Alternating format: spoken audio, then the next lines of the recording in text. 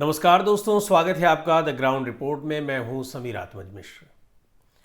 पंजाब में आम आदमी पार्टी की सरकार ने किसानों के साथ कल वो सलूक किया जो कोई भी सरकार करने से एक बार हिचकेगी जरूर। लेकिन आंदोलन से निकली आम आदमी पार्टी की सरकार ने आंदोलनकारी किसानों पर जिस तरह से लाठियां बरसाईं, उन्हें प्रदर्शन स्थल से उठाया, उनके तंबुओं को बुलडोजर लगाकर ध्वस्त कर दिया, ट्रैक्टर ट्रॉलियों को तोड़ दिया और बड़े नेताओं को गिरफ्तार कर लिया, वो सरकारी जुल्म की कहानी बताने के लिए पर्याप्त है। ये किसान कुछ और नहीं, अपनी मांगों के समर्थन में, जिनमें एमएसपी की कानूनी गारंटी समेत कई अन्य मांगे शामिल हैं, उन्हीं को लेकर एक साल से ज्यादा वक्त से शंभू और खनौरी बॉर्डर पर संघर्ष कर रहे थे। दरअसल ये जाना चाह रहे थे दिल्ली और इनको वहां बॉर्डर पर रोक लिया गया था। लेकिन पंजाब सरकार को यह शांतिपूर्ण प्रदर्शन के जरिए संघर्ष का तरीका रास नहीं आया और सरकार ने किसानों को वहां से भगा दिया।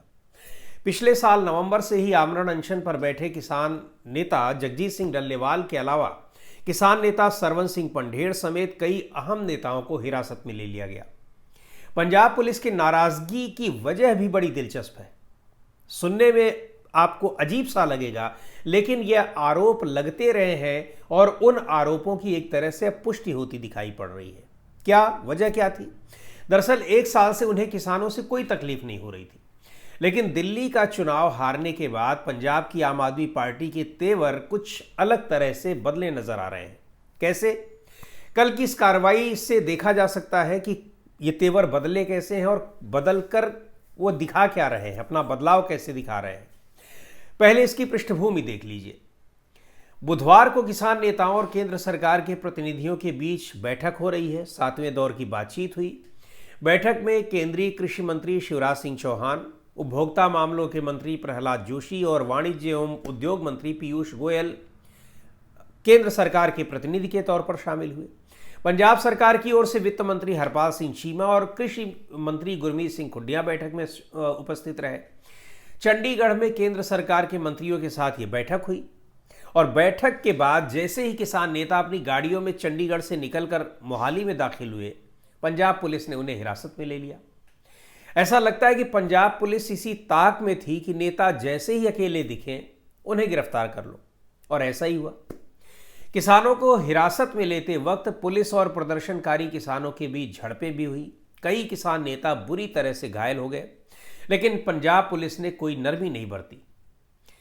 इस बैठक से पहले, यानी जब यह बैठक होने वाली थी, सुबह ही, बुधवार सुबह की ही बात है, पंजाब और हरियाणा की सीमा पर ये जो खनौरी और शंभू बॉर्डर स्थित हैं, इन बॉर्डर से कुछ ही दूरी पर बड़ी संख्या में पंजाब पुलिस के जवानों को तैनात किया गया था। यानी ये जो कुछ भी हुआ है कल, उसकी योजना बहुत पहले से तैयार कर ली गई थी। यह सारा काम पुलिस ने पूरी प्लानिंग के साथ किया। जगजीत सिंह डल्लेवाल, सरवन सिंह पंढेर समेत तमाम बड़े किसान नेता बुधवार को सुबह से ही चंडीगढ़ में केंद्र के जो मंत्री थे उनके साथ बैठक के लिए गए हुए थे। पुलिस ने पहले बैठक से बॉर्डर की तरफ वापस जाते हुए किसान नेताओं को हिरासत में लिया। उसके बाद बड़ी संख्या में पुलिस ने दोनों मोर्चों का रुख किया। जहां खनौरी बॉर्डर और शंभू बॉर्डर, जहां पर ये किसानों का बना हुआ था, अस्थायी टेंट बने हुए थे जहां किसान एक साल से रह रहे हैं। तो ये सारा कुछ इसलिए किया गया क्योंकि सरकार और पुलिस प्रशासन को पता था कि अपने नेताओं की गैर मौजूदगी में किसान ज्यादा विरोध नहीं कर पाएंगे, किसानों को गाइड करने वाला भी कोई नहीं होगा। ऊपर से सरकार के पास जानकारी भी थी कि बॉर्डरों पर किसानों की संख्या बहुत ज्यादा नहीं है। जिस समय पुलिस ने खनौरी बॉर्डर पर एक्शन लिया, उस समय वहां पर मुश्किल से 200-300 किसान थे, जबकि पुलिस वालों की संख्या 3000 से ज्यादा थी।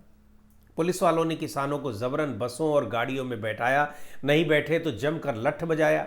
कई किसानों के हाथ पैर टूटे हैं।